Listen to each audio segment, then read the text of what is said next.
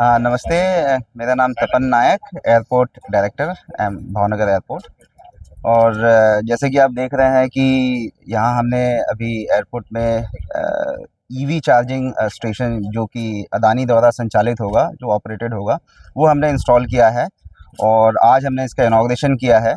और एक ये हमारा एयरपोर्ट अथॉरिटी ऑफ इंडिया का इनिशिएटिव रहा है कि हमेशा हम ग्रीन एनर्जी और क्लीन एनर्जी को हम हमेशा प्रमोट किए हैं।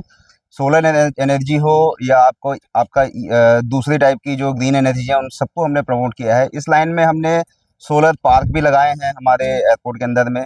प्लस अभी एक नया हमने एक एडिशन किया है एयरपोर्ट पे, जो कि ये ईवी चार्जिंग स्टेशन है, जिससे कि मुझे लगता है कि भावनगर में जो ट्रैवल करने वाली जो पैसेंजर्स हैं, जनता है, उनको खासा लाभ होने वाला है। तो आई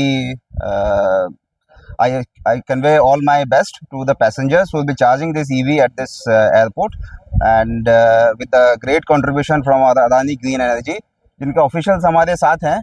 तो ये थोड़ा सा इस EV चार्जिंग के बारे में आपको थोड़ा जानकारी और देंगे, जो कि थोड़ा टेक्निकल डिटेल्स होगा, कैसे आप चार्जिंग करेंगे, क्या करेंगे। तो मुझे लगता है कि एक बार इनसे एक बार हम ले लेते हैं। મારું નામ મિતેશ ચૌહાણ છે।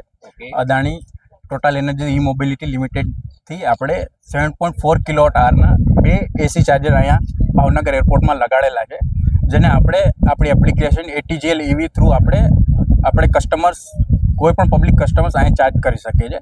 જે આપણા રેટ છે એ આપણે વોલેટ જે એપ્લિકેશન છે એમાં ટોપઅપ કરીને ત્યાંથી એ લોકો રેટ સિલેક્ટ કરીને આપણે 3 મોડ છે।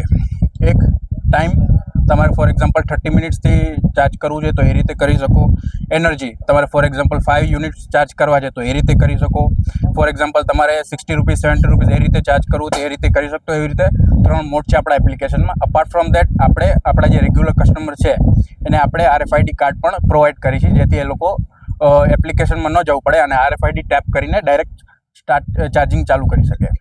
ભાવનગરમાં પ્રથમ છે કે કેમ? હા, ભાવનગરમાં આપણું અદાણી ટોટલ ઈ મોબિલિટી લિમિટેડનું પહેલું EV ચાર્જિંગ સ્ટેશન છે।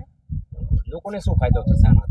લોકોને જે ભાવનગર જે એરિયામાં જે લોકોએ ઇલેક્ટ્રિક વ્હીકલ લીધા છે એ અહીંયા આવીને એ લોકો ચાર્જ કરી શકશે આપણે EV ચાર્જિંગ। ફક્ત કાર જ થશે કે અન્ય વાહનો?